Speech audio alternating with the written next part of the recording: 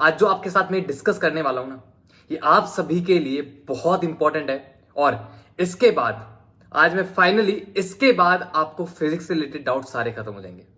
आप लोग ढूंढते हो ना, बहुत ज्यादा प्रॉब्लम आती है आपको कि फिजिक्स से न्यूमेरिकल सॉल्व नहीं हो रहे, फिजिक्स समझ नहीं आ रही।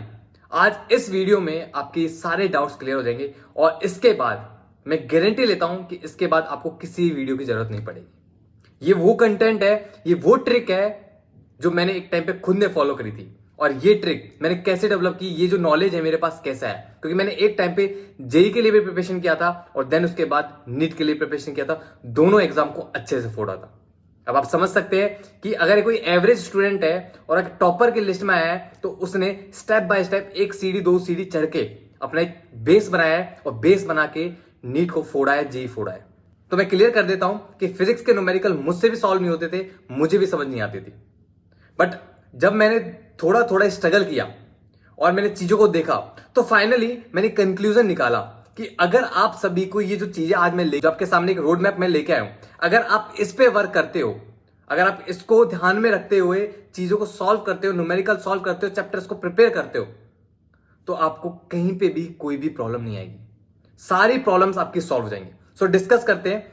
फर्स्ट, इससे पहले आपसे एक रिक्वेस्ट है, प्लीज अगर आप लोगों ने मेरा चैनल सब्सक्राइब नहीं किया है तो प्लीज सब्सक्राइब कर लेना, क्योंकि यार मैं भी और मेरी टीम भी बहुत वर्क करती है, बहुत हार्ड वर्क करती है आप लोगों के लिए। एंड मेरे लिए आपका एक व्यू, एक सब्सक्राइबर मेरे लिए बहुत इंपॉर्टेंट है। एंड सेकंड, मुझे मोटिवेशन मिलता है। लाइक आप सभी को मुझसे मोटिवेशन मिलता है, मेरी वीडियोस देख के आप बहुत मोटिवेट होते हो, सेम मैं आपसे मोटिवेट होता हूं। आप मुझे सपोर्ट करो, सो मैं आपके लिए और अच्छे अच्छे कंटेंट्स लेके आऊंगा। सो स्टार्ट करते हैं। सेकंड थिंग जो आप सभी के लिए जो बेसिक्स है वो ये कि चैप्टर फिजिक्स के अंदर 3 से 4 चैप्टर ऐसे हैं जो कि बिल्कुल बेसिक्स है।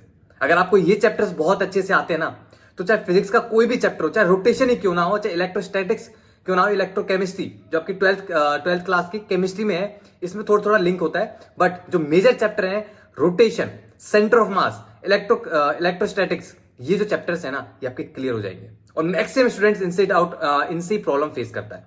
तो करना क्या है, 4 चैप्टर्स है, basics math, vector, kinematics and NLM.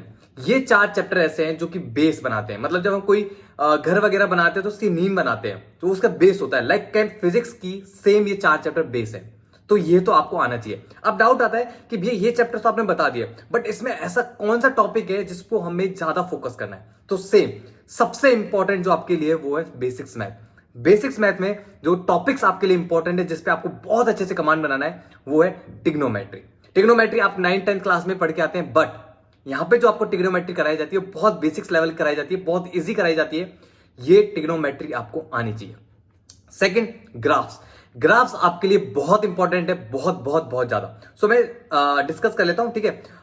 सब टॉपिक्स के साथ साथ डिस्कस कर लेता हूं। लाइक टिग्नोमेट्री, टिग्नोमेट्री आपका कहां पे यूज होता है? NLM, work power, circular motion, centre of mass and rotation motion, SHM, wave motion and fluid dynamics. सोचो कितने चैप्टर्स में आपका टिग्नोमेट्री यूज हो रहा है।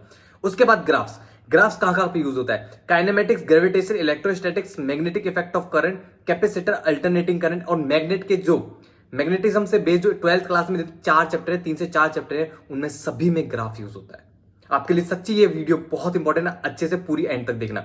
उसके बाद है बेसिक्स मैथ का एक टॉपिक है डिफरेंशिएशन एंड इंटीग्रेशन। इंटीग्रेशन ये आपके लिए बहुत बहुत बहुत इंपॉर्टेंट है। क्यों? काइनेमेटिक्स पूरी इस पे ही बेस्ड है, इसी टॉपिक पे बेस्ड है। Work power, electrostatics, SHM, wave motion, alternating current and आपका मैग्नेटिज्म। 12th क्लास के जो सारे मैग्नेट पे बेस्ड जो चैप्टर्स है, सभी आपके लिए बहुत इंपॉर्टेंट है। उसके बाद आते हैं वेक्टर। देखो जो मेन बेस होता है ना, वो मेन बेस आपके 3 टॉपिक से बनता है। टिग्नोमेट्री, ग्राफ एंड डिफरेंशिएशन जो मेन फिजिक्स का बेस बनता है बेसिक्स मैथ्स में से, ये इन 3 टॉपिक से बनता है, trigonometry, graph and differentiation. Then उसके बाद वेक्टर बात करते हैं। वेक्टर, वेक्टर आपके लिए बहुत इंपॉर्टेंट है और एग्जामिनर चाहता है कि आपको वेक्टर के बारे में बहुत अच्छे से पता होना चाहिए। अब वेक्टर में जो मैक्सिमम चीजें यूज होती है, जो मैक्सिमम चैप्टर्स में वेक्टर यूज होता है, क्या? Kinematics, NLM, work power, centre of mass, rotation motion, wave motion, electrostatics, alternating current and all magnetic chapters in 12th class.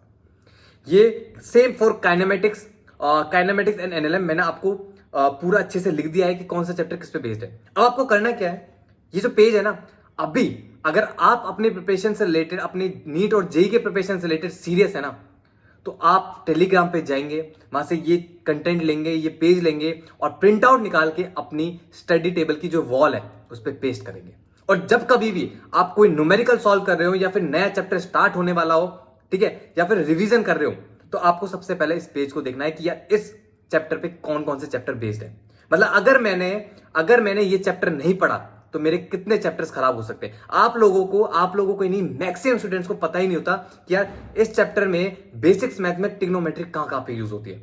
अगर आपको पता होगा कि बेसिक्स मैथ में ट्रिग्नोमेट्री इस चैप्टर में यूज होती है, तो आपके अंदर थोड़ा डर होगा कि अगर मैंने ये ट्रिग्नोमेट्री नहीं पढ़ा तो मेरा आगे का फिजिक्स के चैप्टर्स खराब होने वाले हैं। तो आप उस डर के कारण सारे चैप्टर्स अच्छे से पढ़ लोगे।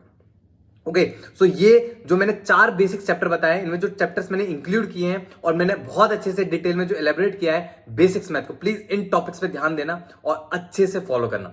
एनएलएम, काइनेमेटिक्स एंड वेक्टर पूरा प्रॉपर यूज होता है। थोड़ा वेक्टर का मैं बता देता हूं, dot product and cross product बहुत बहुत बहुत इंपॉर्टेंट है। जो वेक्टर के अंदर सब टॉपिक में जितने भी चैप्टर्स रखे हैं उनमें वेक्टर्स के dot product and cross product use होता है।